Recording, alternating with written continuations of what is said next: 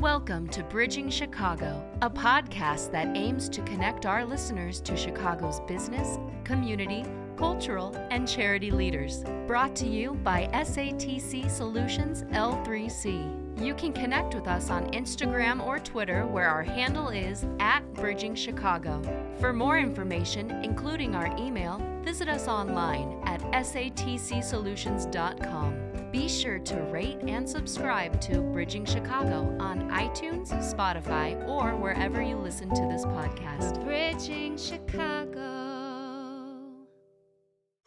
Hello and welcome to another episode of the Bridging Chicago podcast here in our Season 4 opener. And we're really excited to be joined today by Terry Gant. He is the owner of Third Coast Comics. It's located in Rogers Park here in Chicago. And Terry, we're really excited to talk to you about comics. I did warn Terry before we started that though I've had some interest in comics and I've heard, I have a lot of friends who do read. I don't really know much about them myself, and so we're gonna learn together. But we have a great teacher in Terry Gant. So thanks for joining us today. Hey, no problem. Glad to be here. So Terry, tell me about where you're from. Are you from Chicago, or did you come here from somewhere else? I'm from Chicago. I'm from the south side of Chicago. I grew up in South Shore, and it's sort of my store is in Rogers Park now, and it's kind of funny because my store ended up right around the corner from like one of the first comic shops I'd ever been to when I was a kid.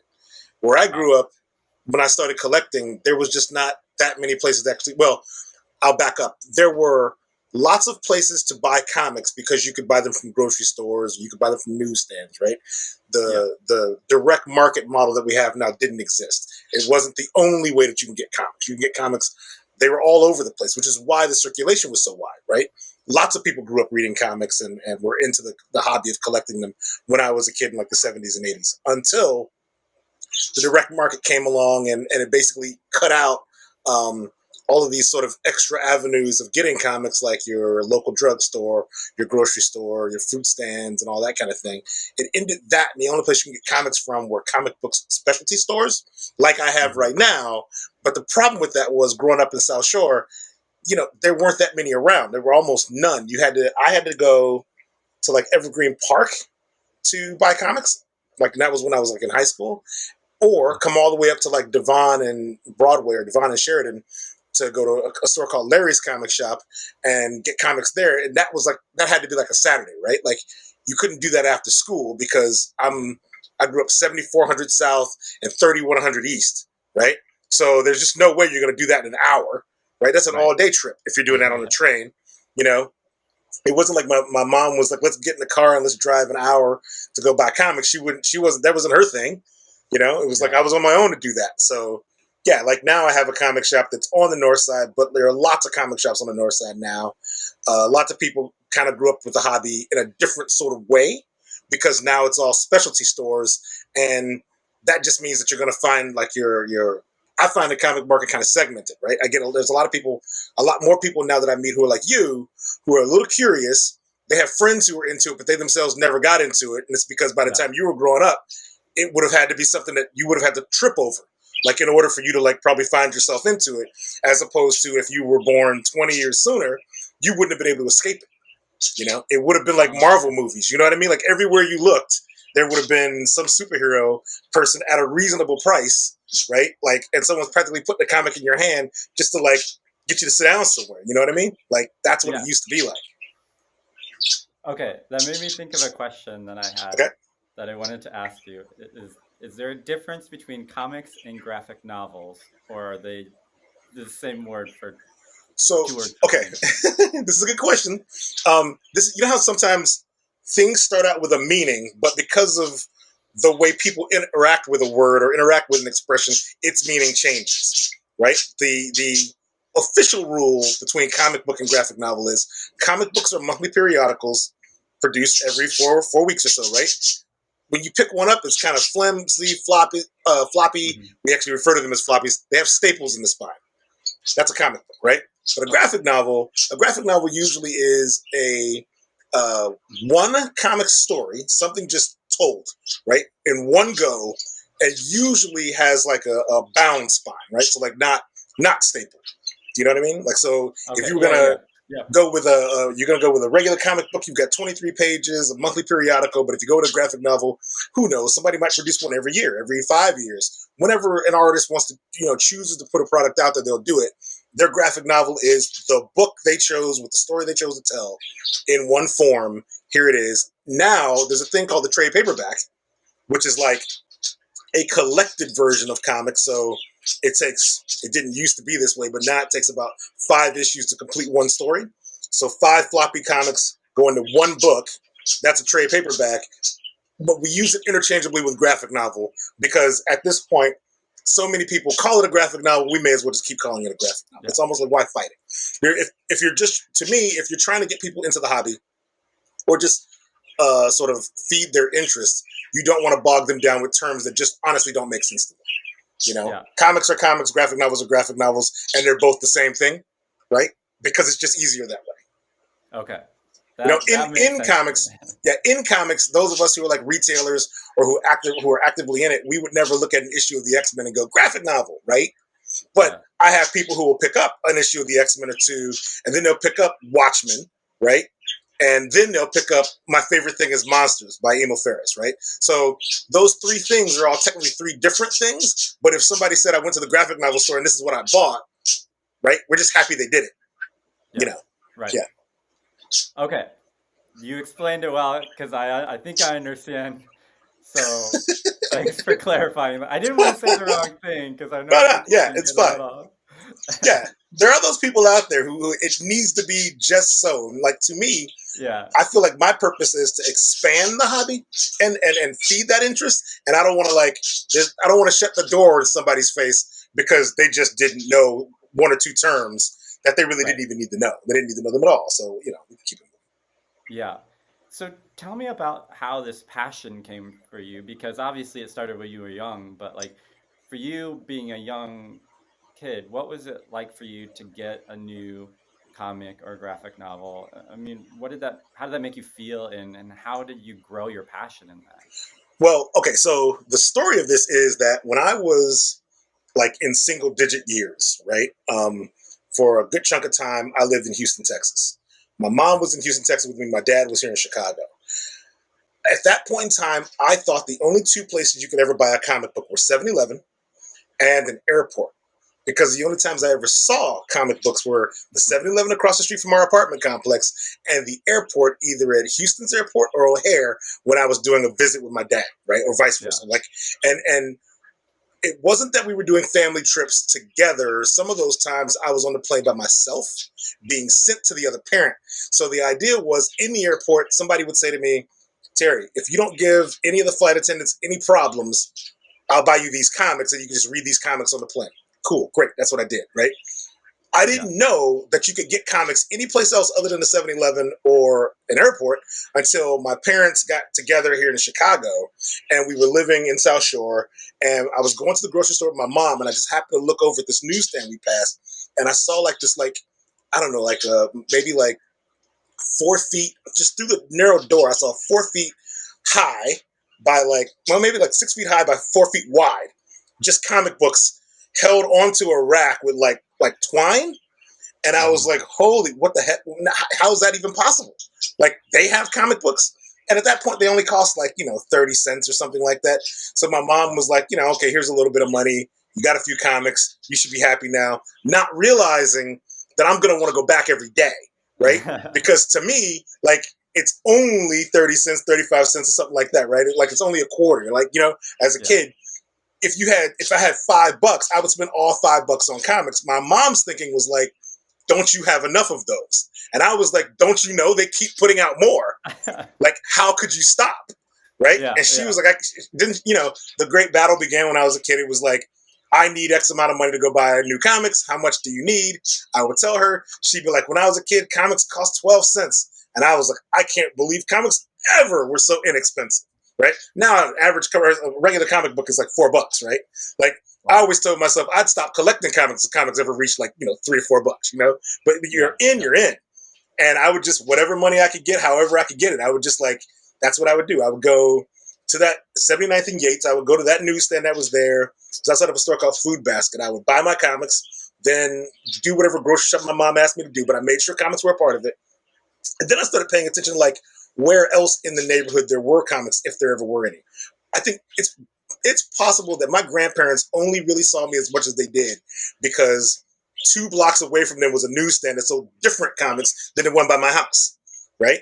And they were in South Shore too, but it was like they were like, maybe 2 miles away. So I started realizing the newsstands and the grocery stores and the fruit stands and the little mom and pop joints, all of them sold comics, but they all picked different things to order, right? So the Korean lady who had the fruit stand on 73rd and Jeffrey would have no idea that like the Justice League was as good a comic as Firestorm, but like she would basically order them both, but she might order Fantastic Four, right? Yeah. So if I wanted Fantastic Four, I had to go to a different spot. So whatever title you saw somewhere, you went back there for that particular title, right? Okay. So I had this map in my head of like 9 or 10 places to go every month to hit them up, right? Wow. To make sure I was getting the full comics for my collection, right? Yeah. There were times in which, like I'm like any other kid, right? I'm going to be in trouble for just whatever you get in trouble, like running the streets with your friends and doing all that, right? But when there was none of that to do, it was comics time, right? So, and for me, it was like one of those things where I was a nerdy kid and I was into Dungeons and Dragons and I'm an artist. So if my friends were into that thing, we could do that. But like, it was more fun to me if I can get them into comics, then I can make them go with me to buy. Like now we're going to all get comics. That was the thing I really wanted to do. And that's until basically the industry messed itself up by deciding that you had to be a specialty store, which made it more of like an elitist kind of thing. And just, to me, stunted the hobby for the next 30 years. Yeah. Tell me about the sort of social interaction around the comics. Did you have a lot of friends that were into them, or were you able to get a lot of friends into them? And then did you have I had a few. I probably had more. So I was an art major in high school, and at that point, just about half the class were in the comics, right? But the other half of the class were in the fine arts. So it's easy to make friends with that group of people because you're all into different sorts of things. And then there's that teenage judgment. Like I'm into comics about teenagers with superpowers, right? But my other friends might be into like Savage Sword or Conan and the Hulk. They needed more visceral power fantasies than I was reading, right? But I'd also discovered at this point in time that there were more than American comics out there, which was a thing I'm not sure I was entirely ready for, right? There's a whole European model of comics. There's a Japanese model of comics. There are the French and the Italians who do comics differently. The 80s is where I discovered that was a thing, right? So like now I'm the kid coming to class and I'm bringing like, Jean Giraud or Mobius. I'm bringing Akira. I'm bringing like I'm discovering that there were independent comic companies that weren't Marvel or DC, one of which was even based here in Evanston where I live, right? Like I'm discovering these guys' comics at different places, right? And then bringing them to school and being like, look at this. And like the themes are more mature. The art was like just top notch. Like it was really interesting to have friends who were into it that you could really like turn on to something. And then you guys could like evolve your own art styles with this kind of stuff, Yeah. Yeah, I love that. I love that there were the independent comic scene in the 80s was phenomenal. And a lot of those guys are still working now, and we're getting back to where the market itself can be as diverse in terms of product and in terms of creator as well. But it took a while, you know what I mean? Yeah. A lot of guys start a comic book studio or a comic book publishing interest, but they don't know a lot about the business side of it. And it's the business side that you got to get right. Otherwise, you produce comics for 6 months and then you're out of business and there's a whole bunch of great stuff that no one's ever going to get to see anymore. Yeah. That happened a lot. Okay. You mentioned that you studied fine arts in high school. Yeah, I was visual communications. Yeah, that was my major in high school. Okay. With the idea basically is to teach us how to get a job in advertising. Okay. As teenagers. So I went to a school of 17 people, so we didn't have majors in high school. Oh my God, okay. So can you expand on that a little bit for me? Yeah, well, like, wait, you had a major? So yeah, I went to Chicago Vocational High School. Now it's called Chicago Vocational Career Academy, or CVS, which is confusing to a lot of people because it sounds like the pharmacy. The pharmacy wasn't here in Chicago when I went to that school. I went to CVS. on 87th and Jeffrey, and it was a vocational school. It wasn't like a traditional liberal arts school. So some of my friends were, they majored in auto mechanics or welding or sheet metal, or like I had one class that was about foundry work, like how to like pour molten metal into a form and make a skillet, you know? And the idea was you had a choice coming out of this particular school. You can come out of this school, and if you do the ROTC program, you can go into the military, or you can go into a trade, or you can go to college, right? And my thinking was, as an art major, I would, I just wanted someplace where 4 or 5 hours a day I could do art, right? And my goal was to go to art college, right? That was my thinking about it. The programs were all largely set up so that you would have skills enough that you can like go into some kind of apprenticeship or something like that, right? And the way my brain worked, I didn't get any of that. I didn't understand that I was actually kind of getting a leg up, and what I needed to do was find somebody out there who was already doing this thing and attach myself to that institution. But by the time I'm going to high school in like 1983 to 87 or 88, like that model for kids on the South Side was largely going away. It was disappearing, right? Like my generation of kids were like at the end of you had options to go into a trade or college or whatever. And at the beginning of it has to be college or you're screwed, right? Because there was no like, I remember when I left high school, it was my first experience with how much college actually costs, right? Because I heard all these stories from people, the generation above mine, who were like, yeah, I just paid my way through school. I worked. Screw it. I'll get a job, whatever, you know? And then when I have enough money, I'll start paying for classes. And I remember enrolling in classes at one particular school. And when I saw that tuition bill, I was like, ooh, I better do a lot more working. I'm not sure how did anyone do this? And it was like the 80s was where it seemed to change, where it was like now next to impossible for you to, you know, I don't know, I had 2 jobs a lot of times. I played in bands at night, you know? Like my money was meant to be like, save it for tuition, but it also had to be rent, bills, like food, you know? So then all my art doing was I'm doing art at night, I'm playing bands at night, I'm working during the day, doing whatever jobs I got to come my way. And I eventually ended up working in a comic book store, which is where I got really closer to the retail end of it. And that put that in the back of my head, that there was a different way to do this. Yeah. I assume during this time your parents were pretty supportive of the art stuff and you going into art. They were, so it's a yes and a no. Like my mom would have preferred that I went into something that would pay me actual money, right? So it wasn't about it wasn't that she wasn't supportive of my art. She was supportive of my art, but she also saw that as a path to being broke. And she's not wrong, right? Like it's not the path to money, right? Her thinking was everyone that she knew from her generation had to get a job making X amount. They raised kids, right? They had to pay rent, they had to pay bills, they had to support someone somewhere. Who knows how many kids a black man ends up with in this town? You know, you just walk out of the house and you have babies. It just happens to all these black men. You're gonna need a job, man. You know, something that pays you actual money. So get a skill. Learn a trade. That's why she pushed me to go to that school. Is she was thinking that I would do computer science or something, which I didn't. I didn't want to do going into high school. But like looking back, by the time that you're, you know, like I don't know, at this point, everybody has some small amount of IT skill, almost no matter what. At this point, if you're below the age of 40, right, it's in your blood. You know what I mean? But back then, it wasn't. You know. And it wasn't really what I wanted, so I pushed for the art thing. My dad was kind of like, on the surface, he was let that kid do whatever he wants to do as long as it's a positive thing. But then when I walk away, he'd be like, I really hope he gets some job where he can make actual money. Please don't let him starve. You know, and it was that my dad had there's a lot of pride, right? Like my dad was a firefighter, and you know he was the oldest of his siblings, and his whole thing was like trying to like do what he had to do to like take care of people, right? But also like never be able to tell anybody no. So it was don't go to work to pay for college. I'll pay for college. But then when you realize, and in his own family model, he's the person everybody's looking to help them out. I'm not exactly the next on the totem pole, right? Like this is a problem, you know? So I was thinking I'm going to be basically on my own, having to figure this out for myself. And that's just what I'm going to do, which is how I ended up doing a lot of what I did, you know? Like I just, my view of the universe in general is relax, and just take care of what you can take care of, but have some form of plan, right? And then write that plan in pencil, and then do what you got to do, like it's kind of how it is. Yeah. Yeah, Yeah, they that's weren't good. they weren't unsupportive. They just didn't always understand it, especially given the kind of art I was into, right? Like drawing comic books wasn't like a thing that they thought was a career, you know.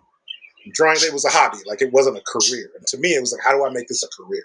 That's what I wanted to do. I wanted to draw comics. Yeah. Interesting. You mentioned living on the South Side, and I know for a lot of people, when they think about the South Side, there's automatically a stigma, or there's Sure. certain things that you think about. And um, I know we've had the opportunity to talk to a few guests who have lived on either the South or the West Side, or worked out there. Uh, I would like to get your take on what the South Side means to you, or what the community is like for people who haven't visited there.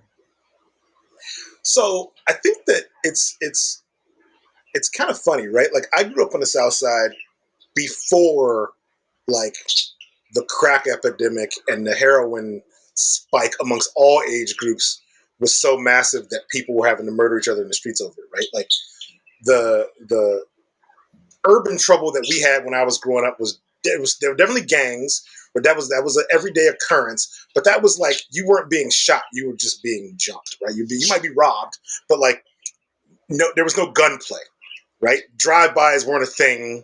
It was more like people who are poor and don't see a future and are desperate, who are packed into tight spaces, do desperate, and like Yeah. it was rough at times where I lived, but like it wasn't like you perceive it to be now. And my view of that is that Chicago has done a bang up job on marketing itself as a city that is only 10 miles wide, right? Mm. Like it to the outsider, Chicago exists from basically like Madison Avenue to like, Howard Street. It Yeah. exists from the lake to about, western of California. Do you know? Like Yeah. Yeah. as young professionals with a little bit of cash get priced out of your Lincoln Parks, they move into Wicker Park, then they move into Humboldt Park or Logan Square, Bucktown, into Avondale, right?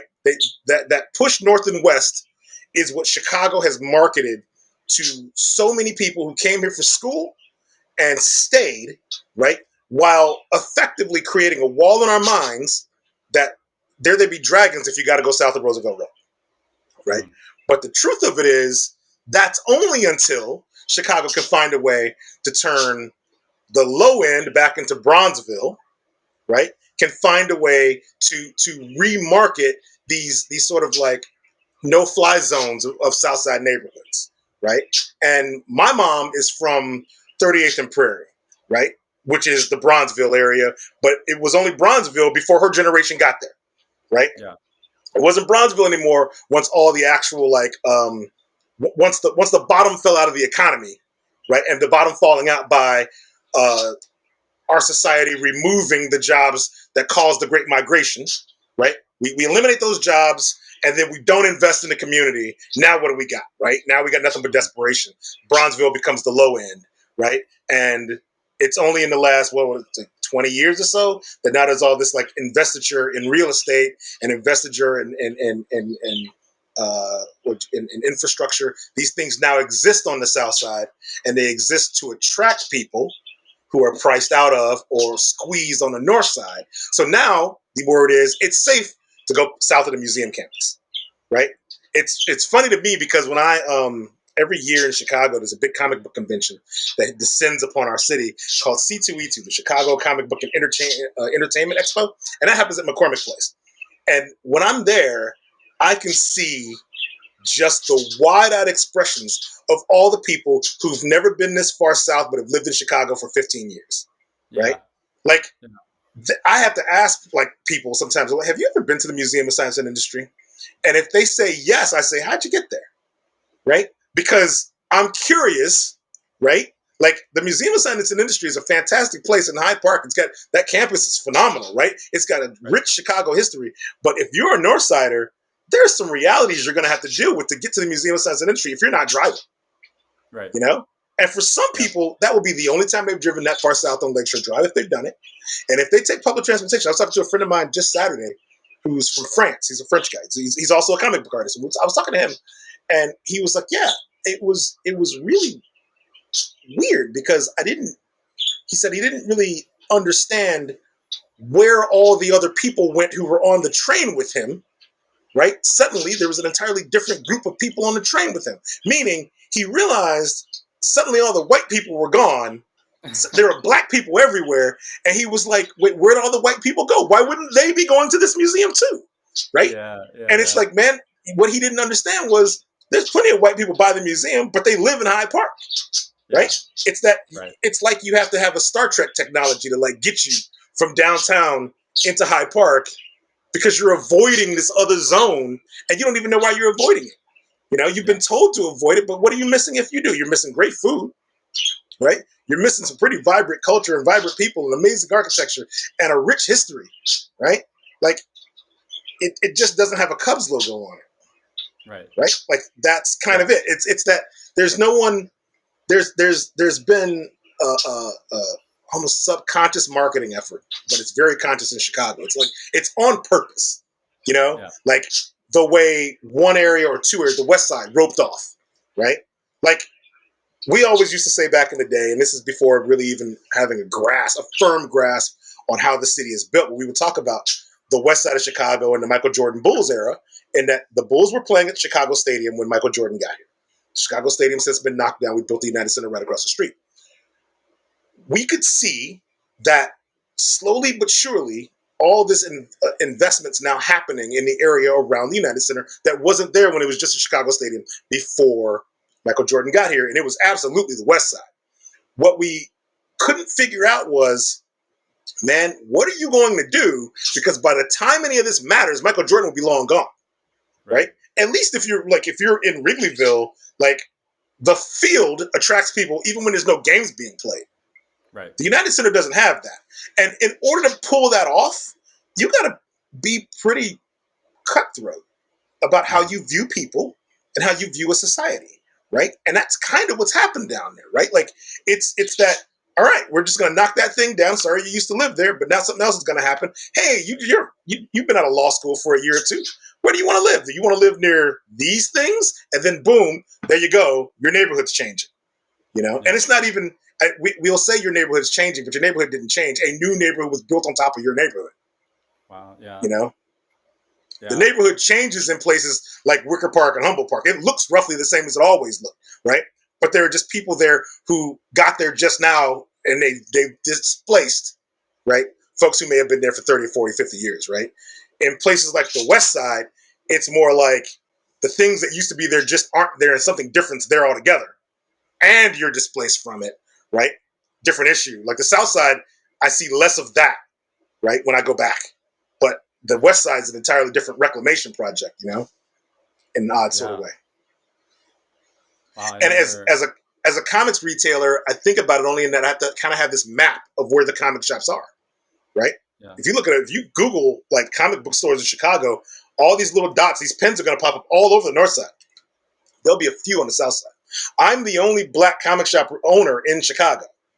You know, there was a point when I was the only one in the Midwest, right? But in Chicago, there are a lot of people who are curious about how to do this, but the sort of like there's a gap in knowledge, and we have become more risk averse in terms of like people who open, the kind of people who open retail locations, open businesses in general, right? We've become a risk averse culture over the last 15 years. So like I'm the only one, you know, like that's a thing. I couldn't.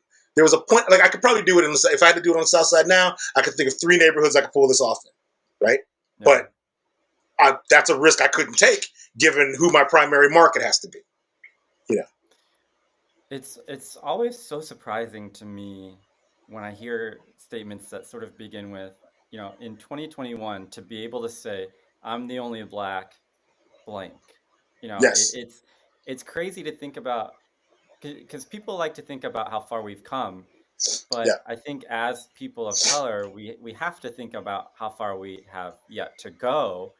Yeah. And in 2021, for someone to be able to say, I'm the only Black anything, is like, it really It's puts into wild, right? perspective. Yeah. Yeah, it's just wild. And it's like, how does that, how is that possible? And then how does that change? It just is, it's kind of mind blowing to me. If it wasn't for like one college project when I was in school, if it was for this one college project, I wouldn't be doing it. There Hmm. still wouldn't be one, right? And it was that I had a class when I was taking. I was working. I was at DePaul, and I was working there, and I was also going to school there. And I had a class that was basically like disaster preparedness for business. How do you do data recovery if a disaster befalls your business, right? And part of the project that I had to do was create a business from the ground up, and then let's pretend a flood or a tornado hit it. And then how do you get yourself up and running? How fast can you do it? Right? What is your plan to do that? You know, how is your data stored? How are your physical things protected? Right? How fast can you get yourself back where you need to be and up and running, no matter how bad the thing was? Right? And Yeah. so I made this fake comic shop. And at the time I made the fake comic shop, I also had all these other like things that aren't a part of my business model now, but were with my fake shop. And I built it all out, and I spent weeks on this thing. And I showed it to a couple of friends because it was like, you've seen people these high end spreadsheets that all have like 100 tabs that are all connected. I did all that, and friends were like, "Man, if this comic shop existed, I'd shop at it." And the reason they were saying that was the industry had hit a point in which it was clear that the only people really being catered to were like cis white males. And a lot of people I knew weren't that. And they weren't going into comic shops because they could see that they weren't exactly welcome, right? They Yeah. weren't discouraged, but they certainly weren't encouraged. And by product line that stores would carry half the time, even just by product line, this wasn't spaces meant for them, not designed for them, not designed with them in mind. And what I'd kind of come up with, I'd gone so far they could say, wow, like I would start going to comic shops again if a place like this existed. So then I Right. was like, okay, well, what does it take to do that then, right? And I did a little research and I found out what it took, and was like, okay, well, let's see what happens, So I started an online comic store. And the idea was to sell graphic novels over the internet via like eBay or something like that, run a blog. And I was already doing these comic book discussion groups, like, once a month or so, like in a bar near one of the DePaul campuses. And people were coming out to hang out and talk comics there. So then it became me taking comic book orders at those events, filling the comic book orders, coming to the next event with the comics people ordered, right? And for like 3 years, I built up a customer base, right, of like just people that I, hung out with in these discussion groups. But then also because I was still in school, I had papers to write, so I go to my local bar, work on my papers, and then the bartenders were like, "What are you doing?" And I'm like, "Oh, I'm also filling out a comic book order." And they were like, "Do you have Buffy the Vampire Slayer?" Because Buffy had just gone from television to graphic novel, right? And they'd been cut off. These people were like, now they couldn't get their Buffy fix. So I was like, I can get you Buffy the Vampire Slayer. I had a whole string of bartenders who were like, give me Buffy. So now I'm coming in to work on my papers, do my comic book order, and deliver my bartenders their Buffy comics. Wow. Then people at the bar would be like, what just happened? Because I push a package across the bar. They would hand me money. And people would go, what was that? What just happened? They're like a drug deal. I was like, well, it kind of is, kind of isn't. So now random people in bars are like, wait, you selling comic books in bars? Sure. More customers. I would just, my wife and I would just drive to customers' houses, run up the stairs, give them comics, come back. Yeah, that's what it was like. And I did that for about 3 years until I think we kind of buried two cars. It's a lot of driving and like, running around on a Saturday afternoon. Yeah. And we couldn't have like a good running car. So that became the part of the business I like the least. I hate chasing people down for money. Like I want no job ever where I have to chase people for money. I don't want to do that ever. So Yeah. the idea to become a brick and mortar was simply so that people had a place to come to buy the comics and give me money without me having to go to them. Right. Yeah. And in 2008, that's what I did. And that transition, was that scary? Was it exciting? Was it a lot of? It was I'm sure it was a lot scary. of things, but It was scary in that I quit a job that I'd had. I quit my university job that I'd had for like 9 or 10 years, right? But like mm, I got my degree and signed a lease within like a month, right? So it was like, okay, this is real. This is happening, you know. yeah, If we don't do it, I don't know if I can, right? Like if I have to wait 3 more years, who knows what it's gonna be like? You know, who knows if the situation's right for it? I won't know if I can actually make this thing work unless I do the thing. So yeah, it was terrifying, right? It still is in a way because like what we didn't know was we didn't know in 2008 the economy was going to tank, right? hmm We didn't know it would also be a roller coaster while doing it. I didn't have a firm grasp of like I mean I searched different neighborhoods for like watching rental rates and square footage and all this kind of stuff. I yeah, didn't know what those things were going to be like. We didn't know social media would take off the way that it did, right? There are a lot of things that impacted our business, right? That like looking back at it, I might have approached something slightly differently had we known. Like if I had to open a comic shop tomorrow, there's absolutely different ways I might do a few things versus the way you end up doing it when you're just kind of like just making it work, right? yeah, yeah, But I didn't know if I'd be open for a year. I didn't know I'd be open 12 years later, right? Who knew? Yeah. yeah. And I'm sure that has helped a lot with times like today, where we're in Yeah. a world where things are finally starting to open up a little bit here in Chicago, and people can start to go places safely again. And I saw that your shop is open again, obviously limited capacity, Yeah. and So safety yeah, precautions. we're limited to 2 people. We're posted 2 people. My shop is small, so getting 4 people in there is a squeeze as it is, right? But we're Mm-hmm. definitely limited to 2 people. The thing that I did, my biggest adjustment because of COVID is I started this initiative called Chef's Choice, where Mm-hmm. you who don't read comics but you're graphic novel curious would say to me, you would just tell me what your general reading interests are, what your favorite TV shows or movies were, and just give me a budget, and then I pick the graphic novels for you and ship them to you, right? So Okay. that way you don't have to worry about what you don't know. You already know what you do like, right? Yeah. So I'm just Yeah. like, okay, give it to me. What are your what's your favorite book? What was the last great book you read? What was the last good TV show that you binged? Like, what kind of things are you looking for? And then from my selection or the knowledge I have of what is possible to get, and depending on your budget, like if you were to say $80, I can get you 5 great graphic novels for $80, Yeah. right? You'd be set for like the spring. So people have been doing that. So like I've had less people. My walk up has been destroyed by COVID, right? But there are people I've never met before who will email me, and this is I don't even have an e-commerce site, right? My email address is out there. You find me on social media, Terry at thirdcoastcomics.com, and then you just say, hey, look, I'm looking for a chef's choice, and it could be for you, it could be for a partner, a friend, it could be for kids, it could be for nephews, nieces. Like this is what people are doing, right? Yeah. And then they just give me the budget, and then I shoot them an invoice as a response to the email. Here's the invoice.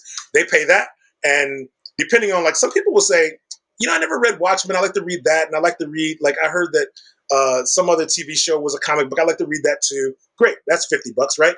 Or they'll say, you know what, I get there's an order I got to prep tomorrow that is like a comic for a husband, comic for a wife, comic for a 5-year-old, right? They gave me a budget, and I know these people because they used to live in a neighborhood, but now they live in Bridgeport.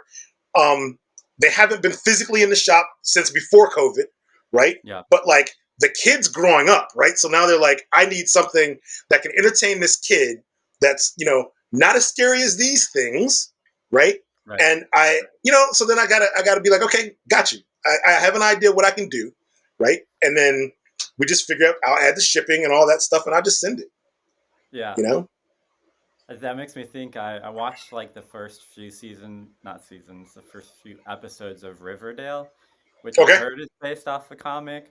I don't It's based on understand the how that's Archie's comic. It's possible. based on the Archie's comic, but Riverdale is a modern telling of the Archie comics, right? So Okay. it's not based on the Riverdale comic. The Riverdale comic is inspired by the show, right? Okay. So Okay. I wouldn't even say, I wouldn't suggest reading the Riverdale comic. I would say if you like Riverdale, it's like you like murderous teen drama. Great, got you. Murderous teen drama. What's your budget? And then send you a few things that fit murderous, teen drama. Is it okay if there's a supernatural bent or not, right? And then that gives me an idea where to go. Because already right now I can think of like good murderous teen drama books. Well, there we go. That's how easy it is. You just say, and "Hey, it's and this is it's what and I'm it's that interested in." way because thanks to COVID, right? I can't like there's less people walking in the door who know what they want in the first place. And what I've learned over the last several years is I spent a lot of time trying to turn people on to something that I thought was good, right? Yeah. If I get I don't know 15 new titles a week in terms of graphic novel, and let's say Marvel, DC, Image Comics, Dark Horse, Boom Studios, if these guys start up, something like 20, 30 new titles a month, I'm going to figure out the ones that are good. But as I'm trying to tell you that the new storyline in Batman is awesome, what I'm doing to everyone else is telling them that if they don't like Batman, they should tune out right now. Mm, Do you know what I mean? So like, yeah. I spend a lot of time, and I think a lot of other shops do this. They spend a lot of time trying to sell a thing that is on their shelf to a person they believe should like it, instead of selling the person they're talking to the thing that they like.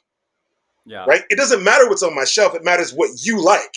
Right? And can I match that to something that I've already got, either in inventory or in the back of my head that I can get from a distributor really quick? And that's why I think it's shifted a bit for me, and I like this aspect of what I do now. I'm basically glorified personal shopper to the nerds, and I like that. Yeah. And what I would have done differently, I wish I'd have done this at the beginning, and I did do it for some people, right? Like I have. This is something. Do you know Amy Guth? Do you know Amy Guth? She's a WGN Cranes. She does Cranes. Like the Daily Gist for Cranes Radio or Cranes Business now. Okay. She's a radio personality here in Chicago.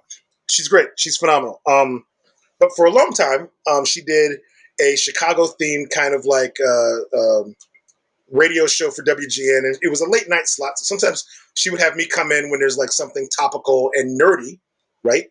And what she remembered was calling me up and saying, "I'm coming up to the comic shop. I don't really know exactly what I want, but if you could like lay out some options for me, that'd be great." And then what I would do is I would just set up a table, throw a red tablecloth over it, and just put out a whole selection of things in different categories, right? And then she would go from the categories and find things she actually liked. And she thought, man, this is a great service. You should do this all the time. And I was thinking, if I set this table up in my shop all the time, it's going to take up a crap ton of space, right? I wasn't thinking to like change the space to make that a thing. But other things that I did was I would do just about anything to get someone into the shop. So I would run an event I did several of these. One was called like Wine and Comics, where I would match wines to graphic novels, right? I did whiskey and comics, and I would match whiskey, bourbon, and scotch to comics. So if you're a wine drinker and you were a white Zinfandel drinker, right? Well, you don't need to be reading Hellboy or drinking that stuff, right? We're gonna go with something a little lighter, something that seems kind of fresh, right? It's gonna be fun, right? You're gonna relax with this. You're gonna kick back, but you're gonna be in a good mood when you're done with it. But if you're a Shiraz or a Tempranillo drinker, I need to have something that matches whatever the hell's going on in there. Like it can't now we can get into our Hellboys, Gideon Falls. We can go into some darker stuff here, right? Because at this point, like you've already done all the nice kind of rays of sunshine kind of reading you ever want to do. Now you're okay seeing some blood on somebody's hands, right? And I would do those once a year. It was either I would do the wine one, or I would do the whiskey one. I did chili cook-offs. I did a pie bake-off. Like I had karaoke nights. I would do all these different things because they were designed to get new people into the shop to see what we had going on. And that helped us build a community, right? Like I'm known for doing a bunch of different things. The trick there is you find yourself at some point pushing books to the same community of people, right? And what I need to have happen is expanding the community of people without having to also get them drunk, right? Right. Well, Which is, I mean, sometimes that's not a bad thing. not a bad, right. But that's where you find yourself. You find yourself in where it's like, the only way this really gets expanded is if I change a service, right? Yeah. Like this is where we're at. This gets you so far, right? So personal shopper, here we come, Because now that there's COVID, I can't do any events. Right. I've had no Well, and I events think for a year. one of the things that I've seen in our guests over the last year, especially, is how good local business owners and small business owners are at adapting to change. Where, yeah, Right. it's going to affect them probably in a very different and very much heavier way than the chains or the corporations, so the large Yes. corporations. It's going to affect you. But what I've seen out of so many local business owners is how good they are at adapting to change. And it's kind of that if you've made the decision to go into business to begin with and to take on that risk, they fight to stay in business, and they keep Yes. doing whatever they have to do to not only keep the doors open, but introduce more and more people to their product or to their service. Particularly when the business you've created is something that comes out of a passion that you have, right? Mm-hmm. If Mm-hmm. I opened up a business and it was like, let's say, if I was an insurance salesman or a carpet and tile store or a cell phone store, there's an aspect of that that is like a larger chunk of the population needs that service, right? Yeah. So in some cases, it's I'm doing this because I know I can make a living doing this. Everyone kind of needs it, right? But if Right. you open up a craft butcher and cheese shop, right? If you open up a local craft wine and beer store or like a vintage toy store, right? The level of skin you have in the game is a little different because one, it comes out of a passion that you had to begin with, and two, hopefully you're agile, right? Hopefully you can be smooth enough with it that you can adjust product types. Don't get so attached to the original way you wanted to do this that you can't make an adjustment when bad Mm. things happen. We don't want the bad things to happen, but you have to be willing to punt some idea and say, okay, that doesn't work. I'm letting that go to do something different in order to stay around when something like this COVID has happened. Yeah. It Yeah. could come down to purely financial as well, right? Like if you're in a bad spot, and I've known people who are just in a bad spot, man, there's just no way. Like it comes down to dollars. You got to pay those bills, and Right. you're going to have to go do something else. That can happen, right? But if it's Right. possible that the big ticket items don't move because you're seeing less people, then now we need smaller ticket items, but we need a way to reach more people with those things. That might be a mail order e-commerce like solution, right? Because a lot of times in comic shops specifically, there was people would ask me why, like I don't have statues and large busts of characters in my store, and people say, Mm-hmm. "Oh man, we go to these other comic shops and they have like statues of like Iron Man and statues of Venom," and I'm like, well, retail those things are like $700, right? Like college kids don't walk into a place and drop $700 on a Venom statue. It's just not a thing.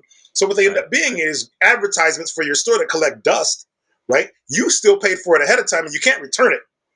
So I had to Right. decide no more of that. Like I can't outfit the shop in high end, gargoyles effectively that just collect dust and it will eventually sink me. You know. Yeah. Yeah. I want to make sure we get to this question I had that I thought of while you were talking earlier, Okay. and that is this idea of being able to see yourself in something else. And so I Oh know a sure. lot of people growing up, it was like they didn't see people like themselves on TV. They didn't see Right. people like themselves in books. They didn't see authors like themselves, etc. And so in preparing for this interview, I watched one of your other interviews, and it was actually a promo for National Comic Book Day. And Okay. one of the things that was really interesting to me was you were promoting Black comics, and Yeah. and there were so many different kinds, even within that that genre. There were so many different kinds of comics, and people represented in there, LGBTQ characters, Yep. and the big black stand at Attica that Right. focused on True human story. Right. rights. Exactly. True Biography. story. Yep. Absolutely. Yeah, and so it's really interesting to me that it's like seeing yourself in some of these other comics. It's like that must be really refreshing for a lot of people to be like, oh, there are people like me in these other realms too, and Can you kind of talk about what people, if people have mentioned that, or what you think about that, or if you've seen that sort of change over time? Yes, it's kind of wild, right? Like I grew up pre-internet, and Hmm. if there's one thing that I wish the comic book industry would adopt, it's the book publishing model where you can actually see an image of the creators on the back cover of your book, right? Or inside back cover Right. somewhere. Because I Yeah. read comics growing up that black people wrote or drew or had some part of the making of, but I had no idea that because their names weren't coded as black in my head, right? Like Brian Stelfree is the artist for the Black Panther comic, right? Brian Stelfree has been in the industry for like 40 years, and this dude's an amazing artist. But like you hear the name Brian Stelfreeze, and I think it's just a guy from New York somewhere. Like I didn't know he was black. I didn't know he was black until maybe like 20 years ago or so. That I saw that he came out of this artist collective in Atlanta, I think, with other great artists that I'm fans of. Like you push harder to join a fraternity or like a sort of a union of people when you know there's representation for yourself there, right? Otherwise, if you never see it, you don't think it's ever possible. And Right. when I was asked to do that particular story, I had to think about it. I was like, okay, well, I'm trying to go with like current things on my shelves, and since things go in and out like in comic shops, right? I had to figure out what I already had. I was a little surprised at just how much I did have. And Hmm. then in Hmm. some cases, you pull out a book and you go, I know this guy's black, and I Google the guy. Nope, he just sounds black, right? His name seems black, but he's not black, right? And Yeah. it Yeah. was like at this point, I was actually impressed myself with like I know I need to have all this representation on my shelves because I also know who my customers are, right? Yeah. But when specifically asked to like kind of track it down and find it and do a report on it, it got to be like, you know what? This is cool, you know. But I would think it would be cooler if the black kids who come in, who pick up comics, look at them, try to figure out what they want, if they could open up go to that back cover and just Yeah. see like the bio of the people who are making these comics, and to see there are more people out there making comics who look like them than they thought. That would be awesome. And it's the same for my female customers too. Like there are times in which like there's a creator. I can think of one creator in particular whose name is coded male, right? Her name is coded male, and I know that unless the people who are in her audience, they can kind of tell it's geared more or less towards women. But if they don't realize that the person making the book is also female, they might think it's just a cis white dude writing it, and then I don't want it. I'm not really so interested. You know what I mean? And it's like, well, Yeah. no. If you could really get into the bios of these folks when picking up a product, like you're more informed as to who's creating them, and you can make better decisions about how you want to actually support your own hobby. Yeah. I found that like I couldn't find there weren't really many black comic shop owners around the country for me to talk to when I was doing this. I was basically, if I had to get the advice, I had to get advice from other comic shop owners I've met over the years. And then, the advice you're going to get is the advice largely they're willing to kind of give you, which isn't always like, here's everything you need to know. It's really like, where you putting your comic shop? Oh, that's like 5 miles away. Okay, here's what you need to know. Where you putting your comic shop? Oh, that's 2 miles away. Well, I can tell you this much, right? It's that Yeah. kind of Yeah. thing. Yeah. You get that a lot. I've Yeah. had people come into my shop, look around, ask me a few questions, and then say to me, "Where's the owner?" And I would say, "I'm the owner." And they would go, "No, you're not." Wow. Right? And the "No, you're not" comes from, how could I be the owner of a Yeah. business like this and be black? Yeah. Right? Yeah. Yeah. And that's like, well, guess what? I write the rent checks, buddy. Like, Yeah. I pay the I wish someone distributor, else was paying the bills. right? I know Yeah. what that tax ID number is, Mr. Man. It's definitely Yeah. me. And it's the public isn't even used to dealing with a black guy who owns a comic shop in this market. You know, Yeah. Yeah. Yeah. they're not used to that. They're used to it being like, I get that thing like, well, you're not like that guy from The Simpsons at all. No, I'm not. No, I'm in fact very much not like the guy from The Simpsons. Right? In no Yeah. way. I'm so far removed from what you're expecting. Right? That is not what I am at all. Yeah, totally. Yeah. I think that's a great point, and something that we've even talked about here in the firm that I work at is, what are the steps to creating a diverse and inclusive workspace? And I mean, I always tell people one of the biggest ones, and in my opinion, the first one, is to educate yourself. know what you know Yeah. what you don't know, and educate yourself. But also it's saying like if we're bringing in people for an interview because we want people, any person to feel like they can work here.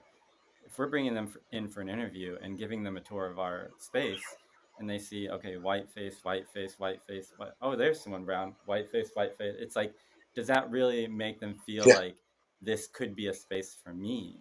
And Yeah. Yeah. and it's just it is what it is. And I think that until people see that, yeah, there are all kinds of different people working here, it's like, oh yeah, I could picture myself working here then, and I could really picture The other myself. thing sometimes too is that it's not even always that you are picturing. Sometimes it is, yes, you are picturing yourself working in a space, but it's also picturing yourself being understood in a space. Yeah. Right. Yeah. Like if it is white face, white face, white face, brown face, white face, white face, white face, the white faces might completely get you, right? But the chances that this works out for what tends to come up in collaborative spaces, that the respect level due on ideas, thoughts, on workflow, these things, there are biases at play here that you really kind of need, that you're going to be battling for a long time, right? Yeah. And I think like when I was I played drums, and when I was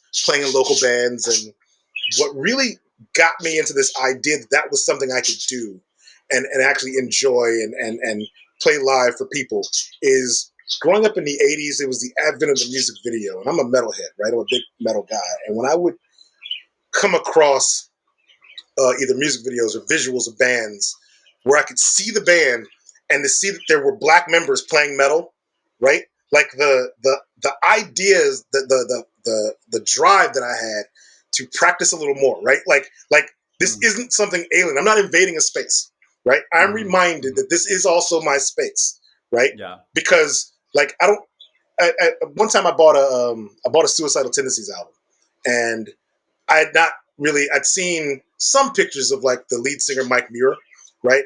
But I'd not seen a picture of Rocky George. I didn't know who Rocky George was, but there's this pudgy brother, like on lead guitar, wearing like an old style Pittsburgh Pirates hat, right? And I'm like, holy, wait. Wow. This legendary band, Suicidal Tendencies, now has a black guitar player. What?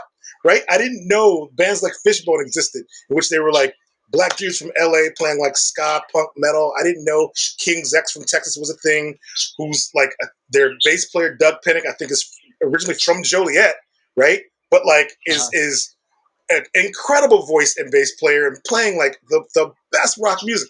And when you see that while you're trying to enter into an arena that the machinery tells you to stay out, right? Yeah. But the artists are saying, get in here, right? In any kind of situation like that, you are more likely to take that chance, right? And to push through because you know there is a place for you there, right? Yeah. Because a lot of what we're seeing every day is going to be a message that there isn't a place for you.